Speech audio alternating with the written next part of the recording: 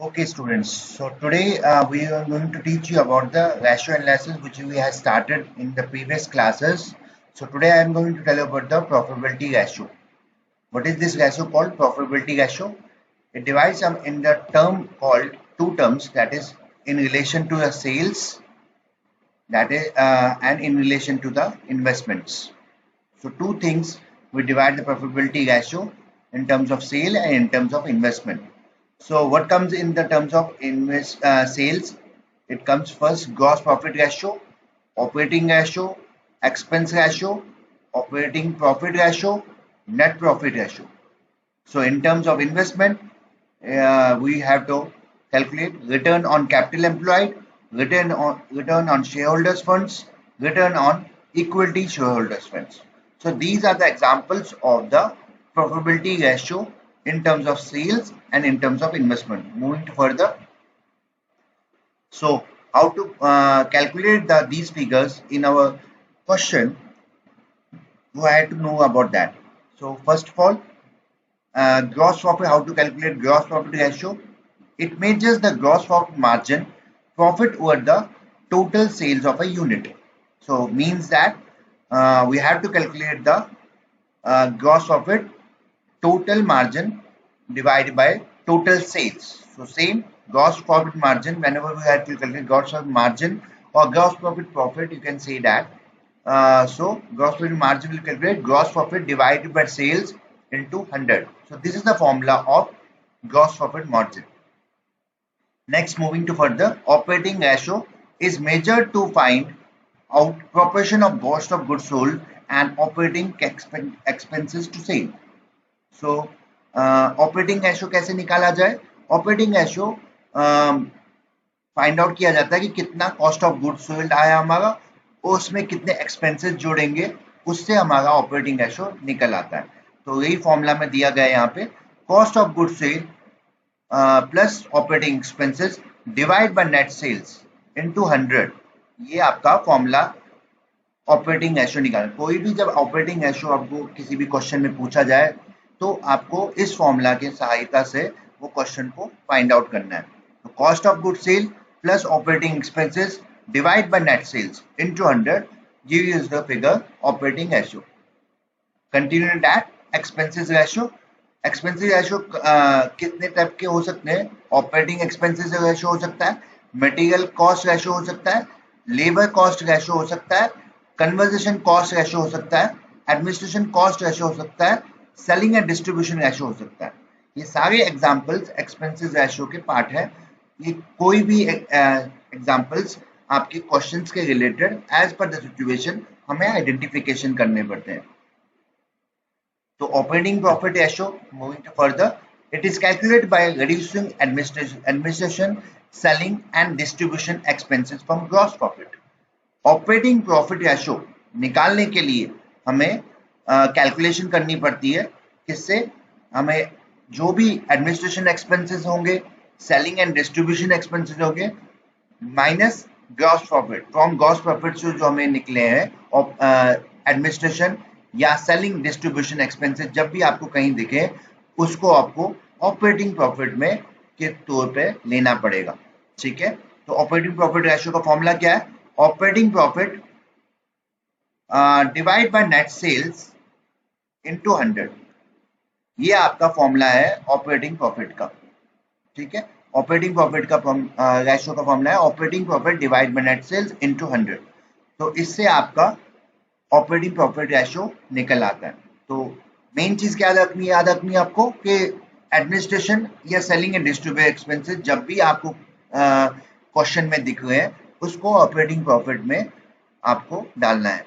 Next, moving to further, net profit ratio. It measures the margin of revenues available to the owners of the business after satisfying all cost, expense and losses. इस line का क्या मतलब है? इस line का मतलब है कि हम रेवेन्यू नेट प्रॉफिट रेशियो को हम कितने जगह पे या ओनर्स ऑफ द बिजनेस वो लोग हैं जिनने कंपनी में अपना शेयर होल्डर या शेयर लगाए, वो सारे कॉस्ट लेस करने के बाद, अगर सारे कॉस्ट देखने समझने के बाद जितने भी एक्सपेंसेस हुए या लॉसेस हुए उसको समझने के बाद हमारा फाइनल नेट प्रॉफिट निकल आता है। तो नेट प्रॉफिट मार्जिन का मतलब है फाइनल जो आपके पास प्रॉफिट आया है नेट प्रॉफिट रेशियो में, वो आपको लेना है। तो इस क्वेश्चन का फॉर्मूला है net profit divided by net sales into 100। ठीक है, तो ये आपका कैलकुलेशन हो गया नेट प्रॉफिट मार्जिन को लेके। तो how to calculate net profit, easy. अगर नेट प्रॉफिट आपके क्वेश्चन में दे रखा है तो आप नेट प्रॉफिट का अमाउंट उठाएंगे, divide by net sales, sales के कॉलम में दे रखा होगा, इनटू 100। तो आपका रेशियो जो भी निकल आएगा वो आपके सामने होगा। मूविंग टू फर्दर, अब ये तो बात थी इन टर्म्स ऑफ सेल्स के, अगर हमें कैलकुलेशन करनी हो। अगर इन टर्म्स ऑफ इन्वेस्टमेंट्स, दो टाइप के मैंने पहले ही बताया था, प्रॉफिटेबिलिटी रेशियो दो टाइप के होते हैं, इन टर्म्स ऑफ सेल्स हो सकता है, इन टर्म्स ऑफ इन्वेस्टमेंट्स हो सकता है। इन टर्म्स ऑफ सेल कौन कौन सा हो सकता है, कॉस्ट ऑफ गुड्स, जो हमने एग्जांपल्स आपको बता दी। अब इन्वेस्टमेंट्स के रूप में कैसे एग्जांपल्स हो सकती है, return on capital employed. The return on the capital employed investment is measured by dividing the net profit or the income by total capital invested।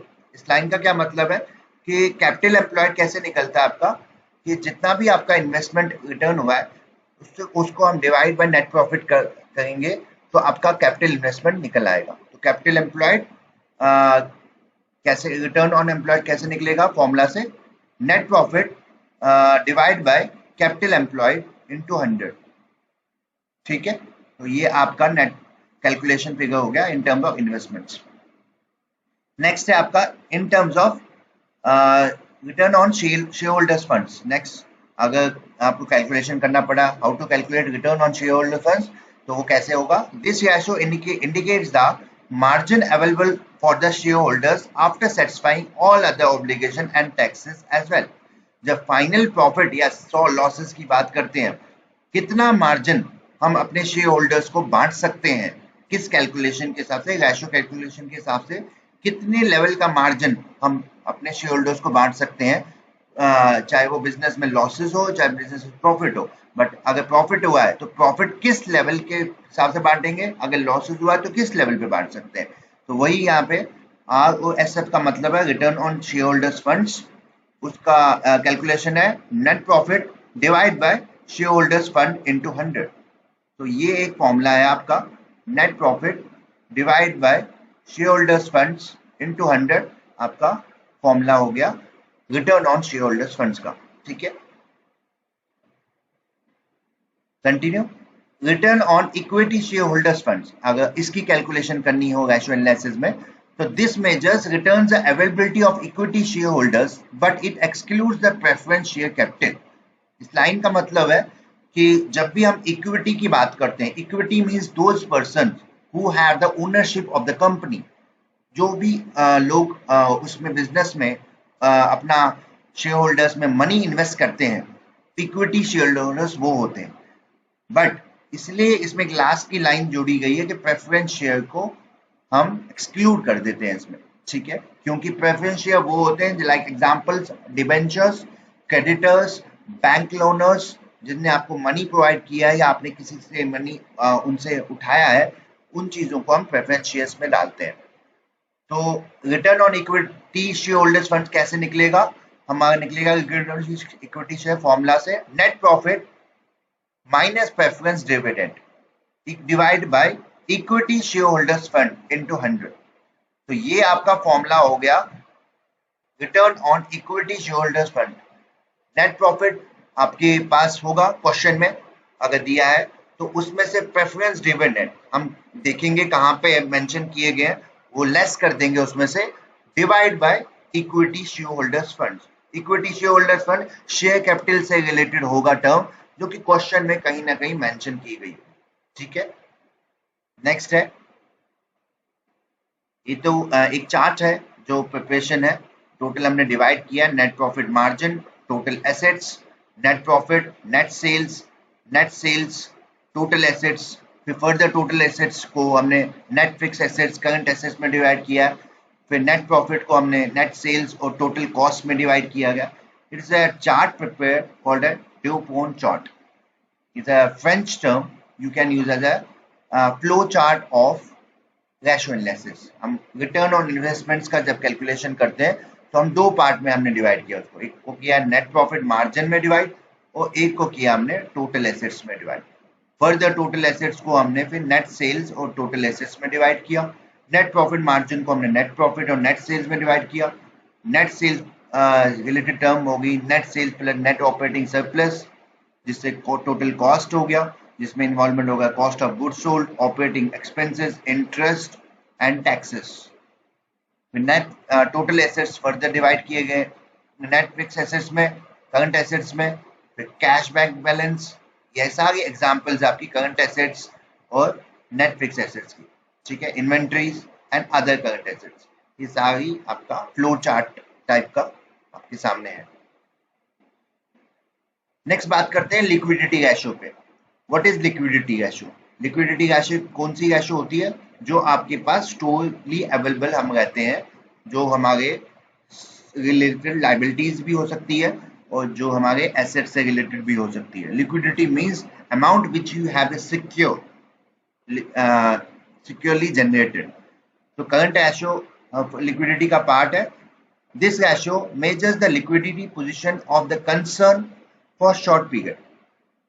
इस लाइन का क्या मतलब है? करंट रेशियो मतलब ऐसे चीजों को कैलकुलेट करना जो कि कम समय के लिए आपको कैलकुलेशन करनी पड़ती है, यानी कि with in the one period of time जो भी आपको उसमें उसको निपटाना पड़ता है, एक साल से पहले पहले ये चीजें आपको फिक्स करनी पड़ती है, अपने बैलेंस शीट में कहीं ना कहीं शो करनी पड़ती है। तो करंट रेशियो कैसे निकल सकता है? Current assets minus divide by current liabilities, ठीक है। तो सिंपल सा फॉर्मूला है, करंट एसेट्स फाइंड करने क्वेश्चन में, डिवाइड बाय करंट लायबिलिटीज, आपको अपना करंट रेशियो मिल जाएगा। इसी के साथ एक टर्म जुड़ी है, quick ratio. It is designed to show how the amount of cash is made available to meet immediate payments. इस लाइन का क्या मतलब है कि क्विक रेशियो कैलकुलेट करने के लिए हमें देखना पड़ेगा कि कितने अमाउंट का कैश हमने स्पेंड किया है पर्टिकुलर पेमेंट्स के लिए। इमीडिएट पेमेंट जिसे हम कह सकते हैं, इमीडिएट पेमेंट कौन सा हो सकती है? जो हमें जल्द से जल्द चुकानी है हमारे आने वाले बिजनेस के लिए, उसको हो सकती है, या हमारे डेली रिटर्न में जो हम लोगों को खर्चे हो जाते हैं उससे रिलेटेड हो सकती है। तो क्विक रेशियो कैसे कैलकुलेट किया जाता है? Liquid assets divide by liquid liabilities, ठीक है। इसका ये फॉर्मूला है जो आपको याद रखना पड़ेगा। नेक्स्ट है आपका asset test ratio. The actual liquidity is measured by comparing the cash and bank balance as well as the marketable securities with liquid liabilities. Asset test ratio का मतलब क्या है? The liquidity जो हमने कैश से compare किया है, या हमारे जो बैंक बैलेंस में अमाउंट कुछ पड़ा है, या हमारे marketable securities as well as market security या लिक्विड लायबिलिटीज, उसको हम कैलकुलेशन कहते हैं एसेट टेस्ट रेशियो पे। तो quick assets divide by liquid liabilities आपका एसेट टेस्ट रेशियो का फॉर्मूला है। तो बेसिकली एसेट टेस्ट रेशियो वो चीज होती है जहां पे हम अपने कैश से रिलेटेड पहले ट्रांजैक्शन चेक करते हैं, हमने कहाँ कहाँ स्पेंड किया। It can be cash in hand, cash at bank, any other things, right. उसके पास साथ में उसी में मार्केटेबल सिक्योरिटीज जोड़ देते हैं, divide by liquid liabilities. Liquid liabilities मैंने ऊपर बताया कि वो ऐसी लायबिलिटीज जो हमारे पे स्टोरिंग पहले से हो, ठीक है। ये आपका फॉर्मूला है। नेक्स्ट है आपका turnover ratio. Inventory turnover ratio एक टर्म है रेशियो एनालिसिस में। इसको कैलकुलेशन कैसे करते हैं? इसकी कैलकुलेशन सिंपल है, cost of goods sold divide by average inventory.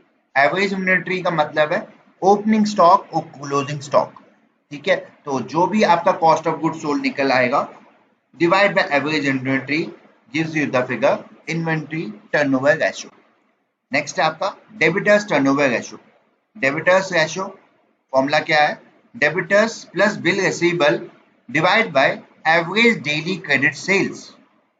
इसका फॉर्मूला डेबिटर्स रेशियो का है, debtors plus bill receivable divide by average daily credit sales. Debtors कौन हो गए? जिससे हमें पैसा वापस हमने दिया होता है, हमें उठाना होता है, पैसा आ चुका है हमारे पास, और प्लस बिल रिसीवेबल हमारा जो पैसा हमने वापस आया है हमारा, उसके अमाउंट इनकम जो आई है। तो debtors plus bill receivable divide by average credit sales, आपको डेबिटर्स रेशियो का फॉर्मूला निकल आएगा।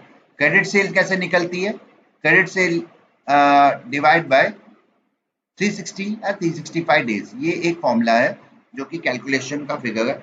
जब क्रेडिट सेल्स जो हमने उधार लिए हैं चीजें, उस पे जो उधार गया है वो डिवाइड बाय 365 इसलिए किया जाता है क्योंकि कैलकुलेशन हम लॉन्गर पीरियड ऑफ टाइम साल में करते रहते हैं उसको, तो टोटल डेज कैलकुलेशन करेंगे in the 1 year.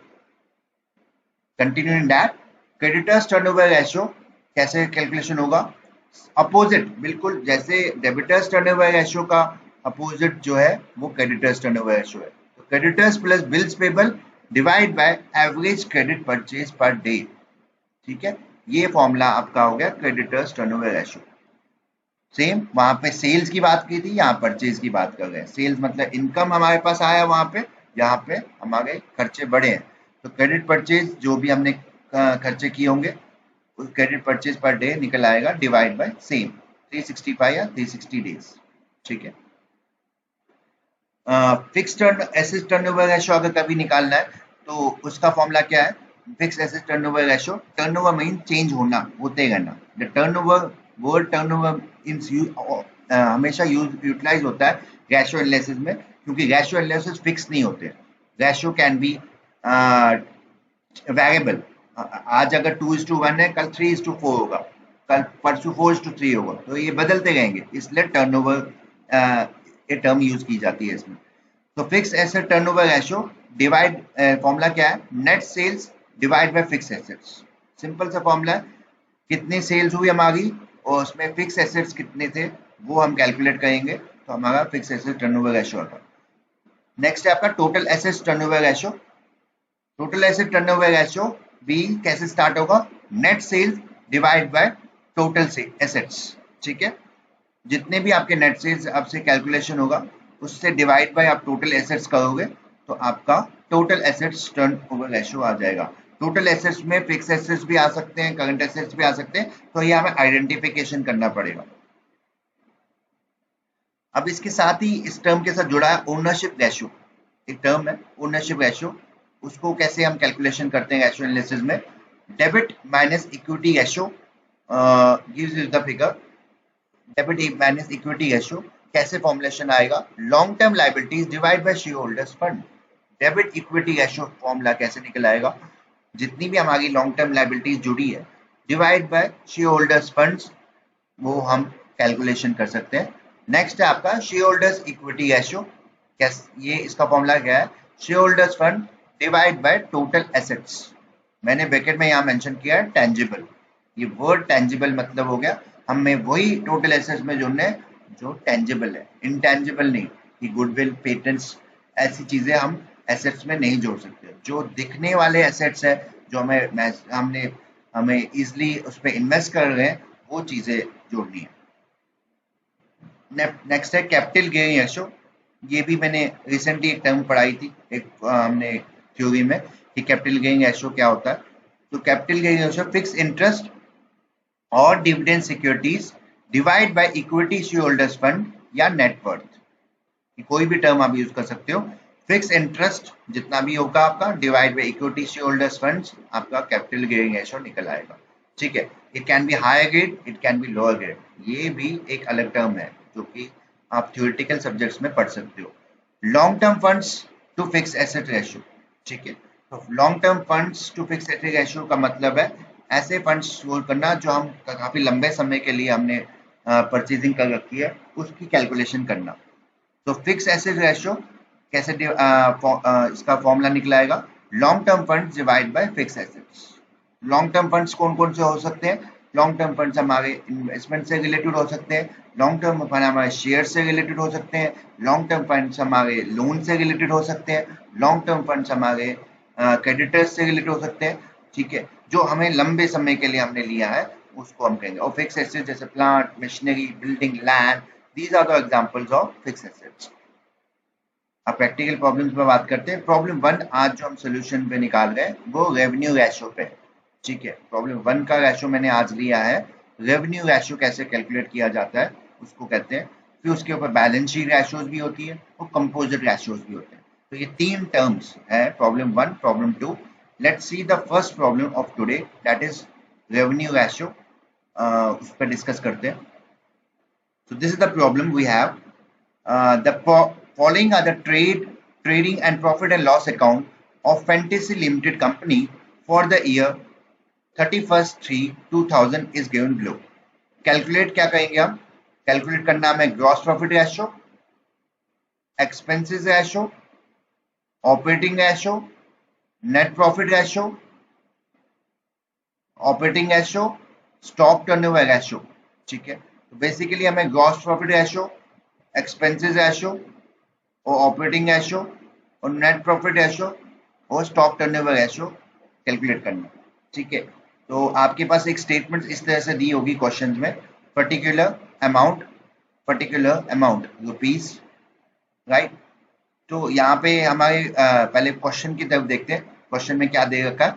Opening stock दे रखा है क्वेश्चन में 76,250 का। परचेजिंग दे रखी है 3,15,250। कैरेजेस एंड फ्रेट एक्सपेंसेस है तो वो दे रखा है 2,000 रुपीज। वेजेस दे रखा है 5,000 रुपए। Gross profit balance debited, gross profit भी दे रखा है 2 लाख का। और इनका आई थिंक टोटल हुआ है 5,98,500 रुपीज। ठीक है, अपोजिट साइड देखते हैं। सेल्स कॉलम में 5 लाख दे रखा है, क्लोजिंग स्टॉक भी दे रखा है 98,500, तो टोटल मैच हो गया 5,98,500। इसके अलावा इस क्वेश्चन में हमें कुछ एक्सपेंसेस के भी दे रखे हैं। तो पहला है expenses, administrative expenses, selling and distribution expenses, non operating expenses भी दे रखे हैं, फाइनेंशियल एक्सपेंसेस भी दे रखे हैं और हमें नेट प्रॉफिट भी दे रखा है इसमें। ठीक है, और ग्रॉस प्रॉफिट जो कैरी फॉरवर्ड हुआ है बैलेंस डेबिट में तो 2 लाख रुपए। नॉन ऑपरेटिंग इनकम्स, ये वही स्टेटमेंट्स है जैसे हम लोग पहले हम कैलकुलेट करते थे, वही उसी के रिलेटेड टर्म्स है। नॉन ऑपरेटिंग इनकम्स कौन कौन सी हो सकती है? Interest on securities, dividend on shares, profit on sale of shares. ठीक है, तो ये सब भी चीजें दे रखी है। इन सब का भी टोटल इन्होंने किया है 2,06,000, इसका भी टोटल 2,06,000। तो ये आपका कैलकुलेशन है, आपका टुडे आज का सवाल है। तो हम इसको सोल्यूशन पे चलते हैं। तो मैंने सोल्यूशन की हेडिंग डाली है। सबसे पहले मैंने निकालने की कोशिश की है ग्रॉस प्रॉफिट मार्जिन। क्वेश्चन में आप देख रहे हैं ग्रॉस प्रॉफिट रेशियो दे रखा है, वही मैं निकाल रहा हूँ। ग्रॉस प्रॉफिट रेशियो, आप मार्जिन भी लिख सकते हैं। तो मैंने फॉर्मूला लिया है gross profit divide by sales into 100। Simple सा फॉर्मूला है। मैंने ग्रॉस प्रॉफिट उठाना है, कहाँ से उठाना है? ग्रॉस प्रॉफिट मैंने यहाँ से उठाना है। 2 लाख रुपये दे रखा है मुझे कहीं जाने की जरूरत नहीं है। तो 2 लाख सेल्स कॉलम कैसे मिलेगा मुझे? सेल्स कॉलम भी आपको यहाँ पे 5 लाख दे रखा है। ठीक है, तो sales 2 lakh divide by 5 lakh into 100, तो परसेंटेज कितनी आई? 40%। आप भी कैलकुलेशन कर लीजिए अपनी जगह पे। ठीक है, तो ये आपका 40% हो गया।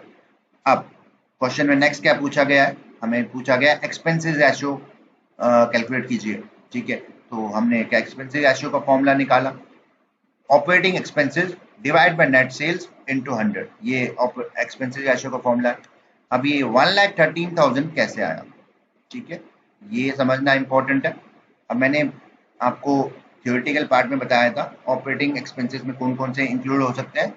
यहाँ पे साफ हमें दिख रहा है एडमिनिस्ट्रेशन एक्सपेंसेस दिख रहा है 1,01,000 रुपये और सेलिंग एंड डिस्ट्रीब्यूशन एक्सपेंसेस दिख रहा है 12,000 रुपये।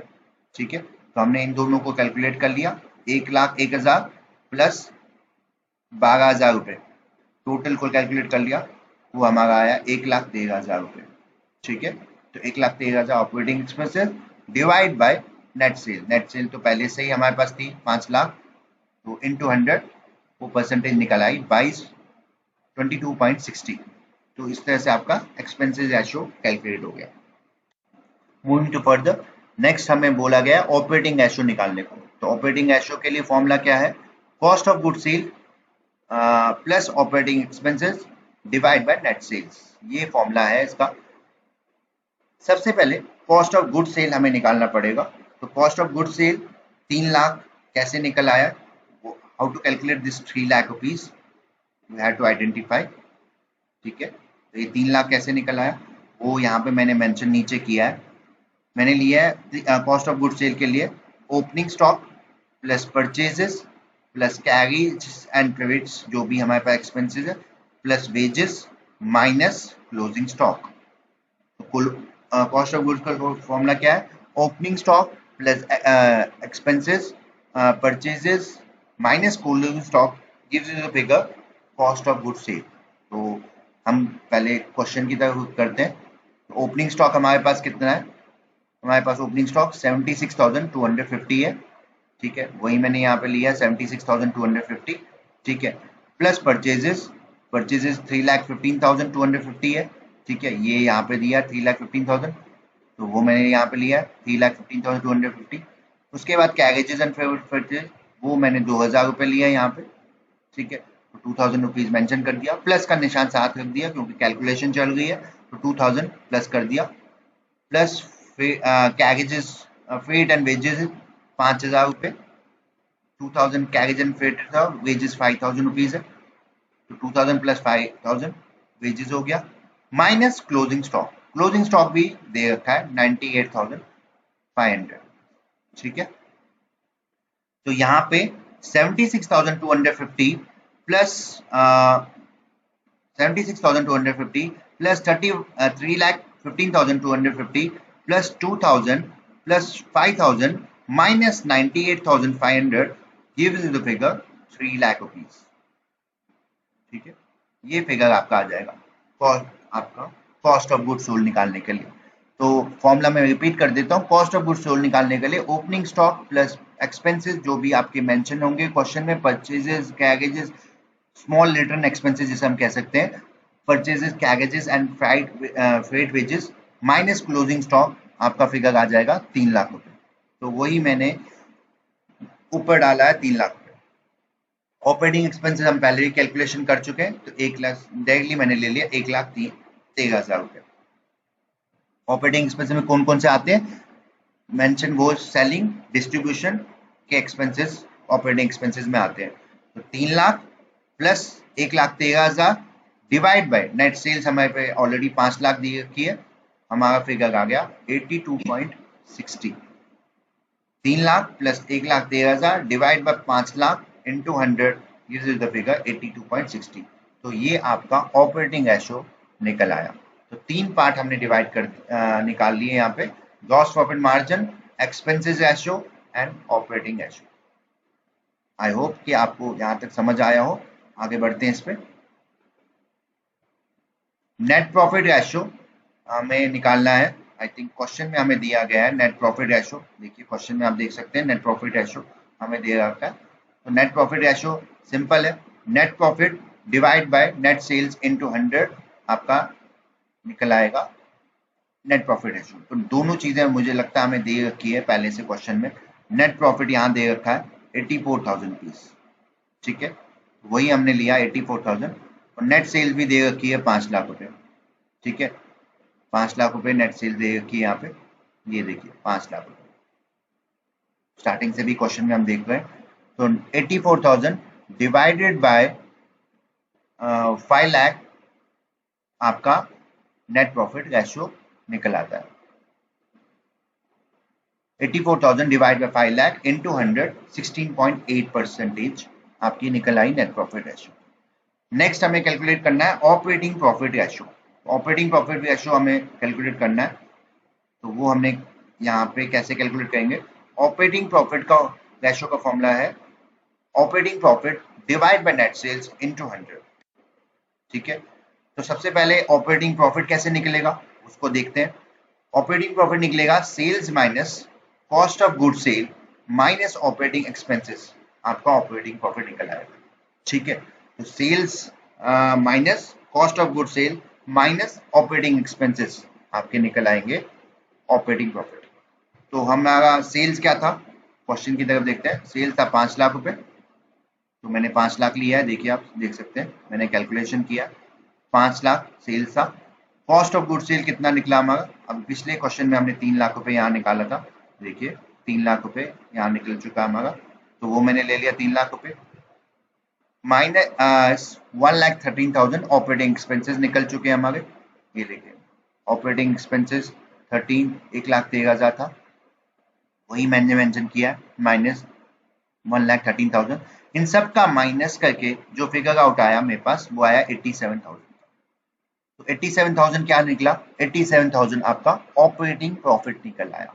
5 लाख माइनस 3 लाख माइनस 1,13,000 आपका 87,000 रुपीज आया ऑपरेटिंग प्रॉफिट, जिसको मैंने डिवाइड किया नेट सेल के साथ। नेट सेल 5 लाख चल रहा है, तो 5 लाख को मैंने डिवाइड किया इनटू 100 किया, तो मेरा कॉस्ट निकल आया 17.40%। तो इस तरह से ऑपरेटिंग प्रॉफिट रेशियो भी इस क्वेश्चन में निकल आया। तो सिंपल सा है, ऑपरेटिंग प्रॉफिट रेशियो के लिए ऑपरेटिंग प्रॉफिट निकालना इंपॉर्टेंट है। तो ऑपरेटिंग प्रॉफिट का फॉर्मूला क्या है? Sales minus cost of good sales minus operating expenses, आपका ऑपरेटिंग प्रॉफिट निकल आएगा। ठीक है, नेक्स्ट है हमें क्वेश्चन की तरफ स्टॉक टर्नओवर रेशियो भी हमें निकालना है इस क्वेश्चन में। तो स्टॉक टर्नओवर रेशियो के लिए फॉर्मूला है cost of good sales, cost of good sold divide by average stock. ये फॉर्मूला है जिसमें मैंने opening stock plus closing stock का एवरेज स्टॉक कैसे निकल आता है वो मैंने आगे मेंशन किया है। बेसिक फॉर्मूला इसका है cost of good sold divide by average stock, ये इसका फॉर्मूला है। बट मैंने आपकी एक्सप्लेनेशन के लिए क्या किया है, आपको बेटर समझाने के लिए एवरेज स्टॉक में कैसे कैलकुलेशन होता है। एवरेज स्टॉक कैलकुलेट होता है opening stock plus closing stock divide by 2। ठीक है, ये एवरेज स्टॉक का फॉर्मूला है। It is the formula of average stock. Average stock opening stock plus closing stock divide by 2 आपको दे देगा एवरेज ओपनिंग एवरेज स्टॉक। ठीक है, तो मैंने क्या किया है, कॉस्ट ऑफ गुड्स सोल्ड मैंने 3 लाख रुपए लिए, मुझे मिल चुका है कॉस्ट ऑफ गुड्स सोल्ड ऊपर भी क्वेश्चन में। अब मैंने यहाँ पे ओपनिंग स्टॉक लिया है 76,250 और क्लोजिंग स्टॉक लिया है 98,500। ये कैसे लिया मैंने, मैं आपको क्वेश्चन की तरफ लेके चलता हूँ। ओपनिंग स्टॉक यहाँ पे 76,250 था, ठीक है, और क्लोजिंग स्टॉक आपका 98,500 था। ठीक है, तो ये ही मैंने नीचे लिया है 70,250 प्लस 98,500 डिवाइड बाय 2, मेरा फिगर आया 87,375। ठीक है, तो 3 लाख को मैंने डिवाइड कर दिया, 3 लाख मेरा कॉस्ट ऑफ गुड्स सोल्ड था डिवाइड बाय 87,000। तो यहाँ पे मैं लिख देता हूँ आपकी जानकारी के लिए, 3 लाख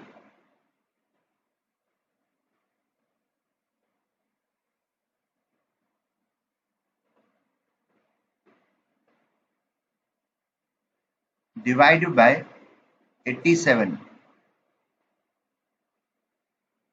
डिवाइड बाय 87,350, वो आप टर्म आएगी 3.59 टाइम्स। ठीक है, तो 87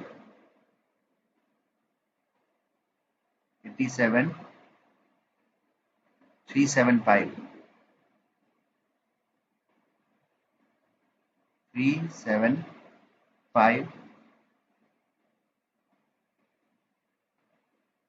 87 3 lakh divide bye 87,375 give you 3.59 times. तो ये आपका फर्स्ट प्रॉब्लम रेशियो एनालिसिस का सॉर्ट आउट हो चुका है। इसमें मेन चीज आपको देखनी थी gross profit ratio, expenses ratio, operating ratio, net profit ratio and stock turnover ratio. तो वही मैंने क्वेश्चन के थ्रू समझाया है। ग्रॉस प्रॉफिट मार्जिन पर सबसे पहले हमने निकाला, उसके बाद एक्सपेंसेस रेशियो, फिर उसके बाद ऑपरेटिंग रेशियो, और फिर नेट प्रॉफिट रेशियो, फिर operating profit ratio, stock turnover. तो 6 चीजें हमने इजिली क्वेश्चन के थ्रू निकाल दी। तो यही फॉर्मूलाज पे बेस रहता है, जब तक आप फॉर्मूलाज को देखेंगे आपका क्वेश्चन इजिली निकल आएगा। Thank you.